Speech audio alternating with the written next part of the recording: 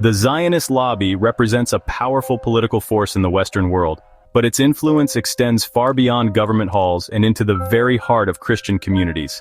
This influence poses a significant, though often unseen, danger to Christianity by altering its core values from within. It persuades well-meaning Christians to support political actions that directly contradict the fundamental teachings of their faith, such as peace, justice, and love for all people.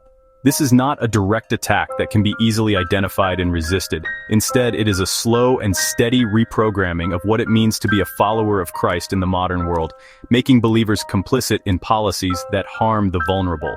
This internal shift is accomplished by framing political support for the modern state of Israel as a divine command, a necessary step in fulfilling biblical prophecy.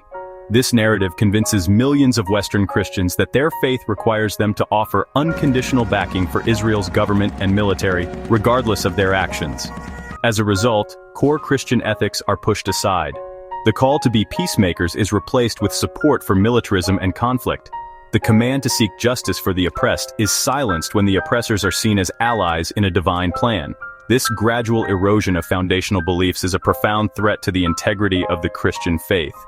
This transformation is not theoretical. It has real-world consequences that directly challenge Christian morality. For example, when Christians are taught to view the conflict in Palestine through a purely political and prophetic lens, they become desensitized to the human suffering involved. The deaths of thousands of civilians, including fellow Christians, are rationalized as an unfortunate but necessary part of a larger, divinely ordained agenda. This way of thinking makes it possible for believers to support policies that lead to immense injustice, a stance that would be unthinkable if judged solely by the teachings of Jesus Christ, who consistently stood with the poor, the marginalized, and the oppressed. The danger lies in how this influence co-opts the very language and symbols of Christianity for a political cause. It is not an external force attacking the church, but an internal one that redefines its mission. When faith becomes a tool to advance a specific nationalist ideology, it loses its universal message of salvation and compassion. This quiet corruption hollows out the Christian witness from the inside, leaving a shell that looks familiar, but holds a vastly different set of values. This process is more subtle, and therefore more perilous than an open confrontation, as it convinces believers that they are being faithful while leading them away from the core tenets of their religion. A powerful alliance has formed between the Zionist lobby and a large segment of American evangelical Christianity, creating a formidable political bloc that has reshaped both foreign policy and religious doctrine.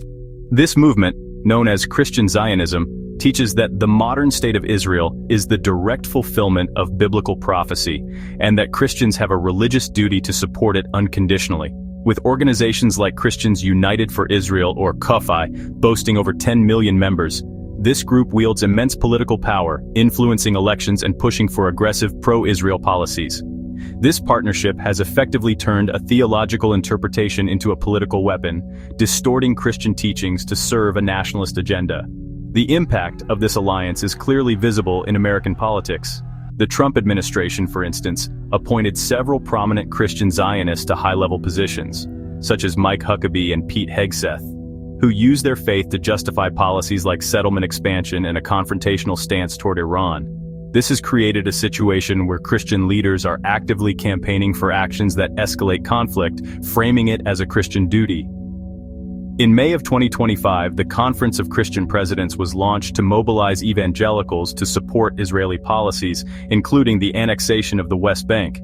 This transforms the Christian message from one of peace and reconciliation into a call for political and military dominance. This distortion of Christian teachings is deeply harmful because it replaces the gospel's focus on Jesus Christ with a focus on a political state. Instead of centering their faith on Christ's message of love, forgiveness, and salvation, millions are taught that their primary religious obligation is to support a secular government's political and military objectives. A 2024 poll revealed that a majority of white evangelicals believe Israel's actions fulfill biblical prophecy, demonstrating just how deeply this political theology has taken root. This shift fundamentally alters the priorities of the church, diverting its energy and resources away from its spiritual mission and toward political activism that often stands in opposition to Christian ethics. Ultimately, This alliance threatens the soul of Christianity by tying it to a specific, earthly political project. It teaches believers to interpret the Bible not as a guide for moral living and a relationship with God, but as a political roadmap for the end times. This leads to a dangerous moral calculus where injustice and violence are excused or even celebrated as signs of prophetic fulfillment. The murder of Pastor Bill Shoneman in April 2025 by a man who believed he was on a divine mission to rid Israel of evil is a tragic, extreme example of where this ideology can lead. By merging faith with a political agenda, the Christian message of universal love is compromised, creating a version of the faith that is unrecognizable to its historical foundations. While many Western Christians are being taught to equate support for Israel with faithfulness, their fellow Christians in the Holy Land are suffering directly because of Israeli policies. The very birthplace of Christianity is seeing its indigenous Christian population dwindle at an alarming rate. This is not due to natural circumstances, but is a direct result of the ongoing occupation, discriminatory laws, and the lack of basic human rights for Palestinians, including Christians. They face restrictions on movement, land confiscation, and economic hardship, which forces many to seek a future for their families elsewhere. The tragic irony is that the political movement claiming to protect the Judeo-Christian world is contributing to the erasure of the oldest Christian communities on earth. Churches, monasteries, and other sacred Christian sites in places like Jerusalem and Bethlehem face constant pressure, including desecration and vandalism from extremist settlers who often act with impunity. Furthermore, the Israeli government's policies often make it difficult for Christian institutions to operate, thrive, and serve their communities. Yet, a profound silence surrounds this issue in many Western churches. Misled by a powerful narrative that portrays Israel as a protector of religious freedom, many Christians in America and Europe are completely unaware of the plight of their brothers and sisters in faith. This silence is manufactured by the same political forces that promote Christian Zionism, ensuring that the victims' voices are not heard. The Zionist lobby plays a crucial role in controlling this narrative and silencing dissent. Any criticism of Israeli policy, even when it comes from a place of deep Christian concern for justice and human rights, is often immediately labeled as anti-Semitic. This tactic is incredibly effective at shutting down conversation and debate within churches. Pastors and laypeople who wish to speak out for Palestinian Christians are often intimidated into silence, fearing personal and professional repercussions. This censorship suffocates the prophetic voice of the church, which has a long tradition of speaking truth to power and advocating for the oppressed, regardless of who the oppressor is. This situation creates a profound and painful disconnect within the global Christian community. While one part of the church, influenced by Christian Zionism, actively supports the political entity causing the suffering, the other part, the ancient community in the Holy Land, is slowly disappearing. The policies enabled by over $3.8 billion in annual U.S. military aid, which Christian Zionist groups lobby for, are the same policies that make life unbearable for Palestinian Christians. The very people who should be the most vocal advocates for justice in the Holy Land have been convinced to support the architects of that injustice, creating a deep wound within the body of Christ. When comparing the threat posed by the Zionist lobby to Christianity and Islam, a critical distinction emerges. For Islam, the conflict with political Zionism is largely external. It is a geopolitical, military, and ideological struggle fought over land, resources, and national identity. While this conflict is intense and has devastating consequences, it does not fundamentally alter the core tenets of the Islamic faith. Muslims around the world see the struggle as a clear confrontation against an outside political and military force. Their theology, rituals, and core beliefs remain intact, and in many ways are strengthened and unified in the face of what they perceive as a common adversary. For Christianity, especially in the West, the threat is far more insidious because it is internal. The Zionist lobby does not attack the church from the outside. Instead, it has found a way to enter it, co-opt its language, and reshape its theology from within.